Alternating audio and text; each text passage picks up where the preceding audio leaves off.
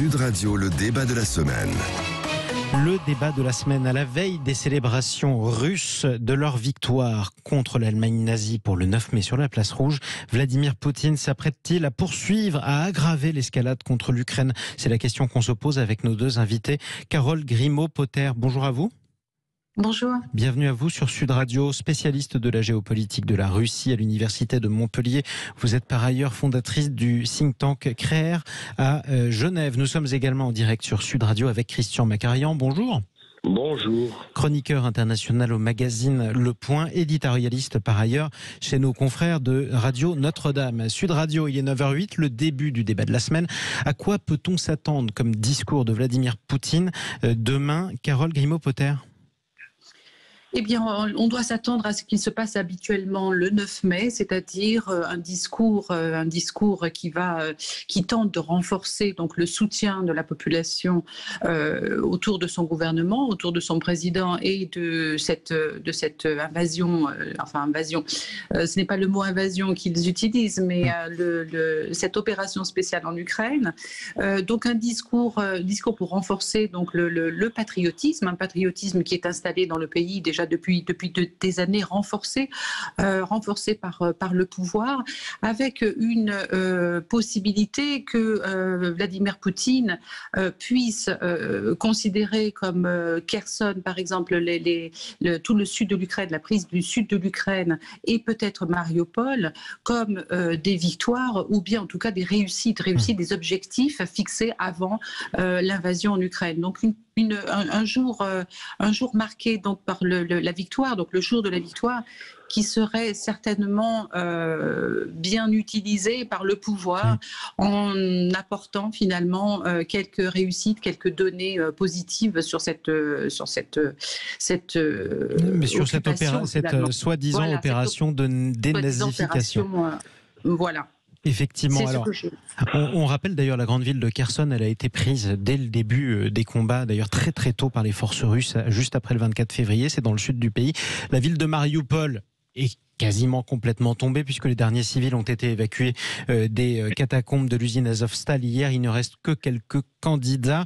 Est-ce vraiment une victoire à fêter? Est-ce que les Russes sont dupes, Christian Macarian? Alors, il y a deux questions dans votre question, Jean-Marie. Est-ce qu'il y a une victoire à fêter? Pour le pouvoir russe, oui, puisqu'il est en passe d'accomplir ce qu'il recherche, sauf nouvelle résistance ukrainienne et sauf sursaut de la part des forces ukrainiennes, ce qui est toujours possible. On a déjà assisté plusieurs fois à ce genre de rebond depuis le 24 février, mais sauf sursaut ukrainien, la Russie est en passe d'assurer la continuité de l'occupation entre la Crimée et le Donbass. Et c'est ce qu'il va mettre, à mon avis, en avant dans son discours. Nous avons réussi, nous n'attendez absolument pas la moindre inflexion de la part de Vladimir Poutine. Au contraire, il va accentuer, avec des élans patriotiques extrêmement appuyés, il va accentuer la grande victoire russe qui veut que, en gros, de l'est du nord du Donbass jusqu'à la Crimée, il y a une zone d'occupation quasi continue russe. La poche d'Azovstal à Mariupol, comme vous l'avez signalé Jean-Marie, étant en passe de réduction et peut tomber d'une heure à l'autre ou d'un jour à l'autre. C'est imminent. En revanche, sur ce qui est de la population, Vladimir Poutine va à grand renfort de démonstration de matériel militaire ultra sophistiqué, exhibé sur la place Rouge avec énormément de cortèges d'hommes et de femmes défilant au pas cadencé et impeccable. Il va rassurer l'opinion sur le fait que la Russie, selon un vieux concept qui fonctionne depuis le tsarisme, est une sorte de citadelle assiégée par des méchants étrangers, en particulier l'OTAN et les États-Unis, qui veulent du mal et faire du tort à la Russie. Donc le peuple sera resserré autour de son dirigeant à travers cette démonstration de force. C'est ce que le régime recherche. En tout cas, Carole Grimaud, l'armée russe a tenté de prendre Kiev dès les premiers jours de la guerre. Elle a fini par y renoncer après un échec sanglant, il faut bien dire, y compris pour les soldats russes. Est-ce que la population russe a le sentiment que son armée est en train de gagner la guerre ou pas? Ou est-ce qu'au contraire, la population russe sent que cette guerre est un bourbier? La population russe, comme vous l'avez dit tout à l'heure, effectivement rassemblée autour de son président parce que finalement c'est l'OTAN qui lui veut du mal. C'est l'OTAN qui veut la rayer de la carte. Ce sont ce conflit en Ukraine est finalement un conflit contre l'OTAN et les États-Unis. Donc ce sont des informations quelque peu contradictoires que le pouvoir russe envoie à sa population. Et cette population russe est rassemblée autour de son président pour le soutien, donc surtout dans le contexte des sanctions économiques. Mais par contre, pour ce qui est de ce consensus du Donbass que le pouvoir est en train de mettre en place et de consolider, elle est un petit peu moins bienveillante et un peu moins positive. Ce sont des sondages qui ont été organisés donc par le pouvoir russe pour prendre la température de cette population.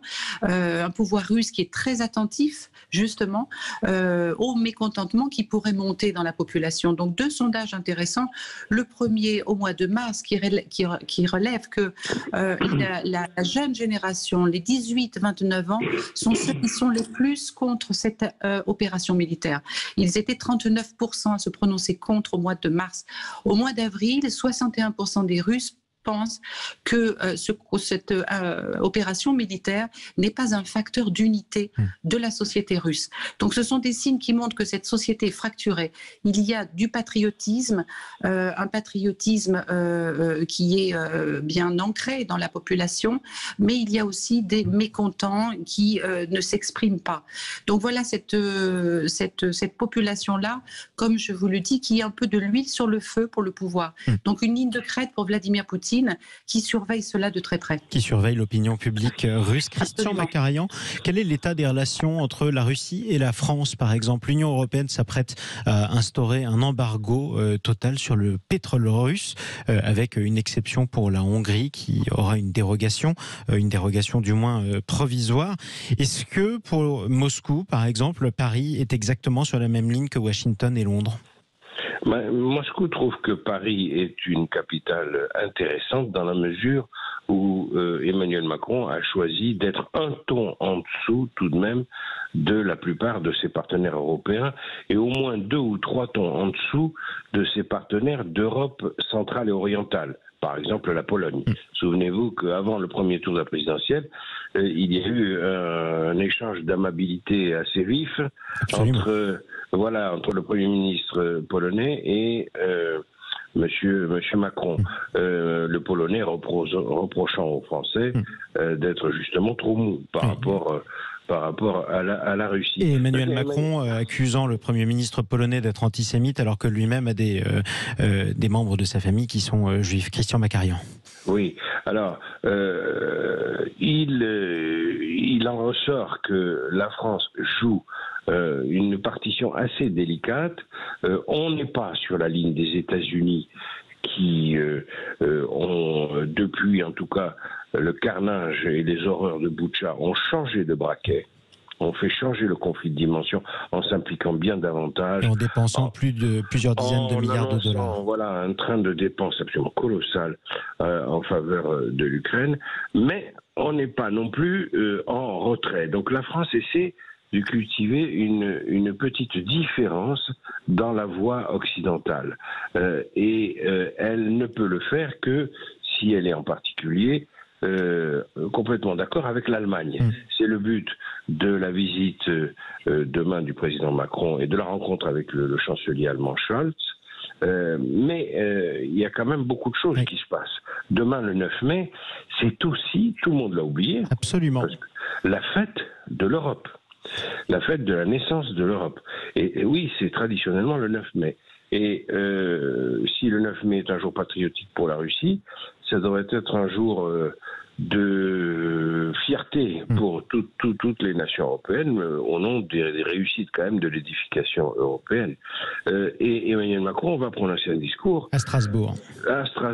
Qui ira dans ce sens-là. Donc il ne faut pas oublier un détail qui n'en est pas un, c'est qu'Emmanuel Macron jusqu'au 1er juillet, encore un peu moins de 2 mois, oui, jusqu'au 1er juillet de cette année, est président du Conseil de l'Union européenne, c'est-à-dire qu'il représente l'ensemble de l'Union, y compris ceux qui ne sont pas d'accord avec lui par moment, comme les Polonais. Voilà. Ce sera d'ailleurs pour laquelle il essaie d'avoir un langage plus soft entre guillemets que d'autres dirigeants. Voilà. Et ce sera d'ailleurs ma dernière question pour vous, Carole Grimaud. On parle, je le rappelle, d'un embargo total de l'Europe sur le pétrole russe. Est-ce que on est à l'aube d'une période où la Russie et l'Europe, l'Union européenne, auront des relations économiques, culturelles réduites à quasiment zéro? On est effectivement parti dans cette direction-là. On a vu toutes les sanctions qui avaient pesé donc sur l'espace culturel russe en Europe. On voit des russophones qui dénoncent donc une russophobie ici, dans les pays européens. Effectivement, nous sommes partis dans une direction de rupture, mais je mets quand même entre parenthèses cet embargo sur le pétrole. Il va falloir que tous les pays adoptent à l'unanimité ces sanctions-là. Et nous voyons que la Hongrie a fixé comme ligne rouge cet embargo. Donc il va falloir convaincre le président Orban pour se rallier et conserver donc cette unité européenne sur ces sanctions-là. Et ce sera effectivement assez difficile. Merci à tous les deux pour cet éclairage. Merci à vous, Carole Grimaud. Merci à vous. Spécialiste de la géopolitique de la Russie à l'Université de Montpellier, fondatrice par ailleurs du think tank CREER à Genève. Merci à vous, Christian Macarian. Merci Jean-Marie. Chroniqueur international au magazine Le Point, éditorialiste chez nos confrères de Radio Notre-Dame. 9h19 sur Sud Radio. Restez avec nous, nous sommes dimanche, c'est un jour férié. Nous vous proposons de vous détendre. Nous allons nous occuper de votre jardin dans quelques minutes, mais juste avant, on va bricoler et on va vous apprendre à choisir les abrasifs lorsque vous vous lancez dans le ponçage. À tout de suite sur Sud Radio. Sud Radio.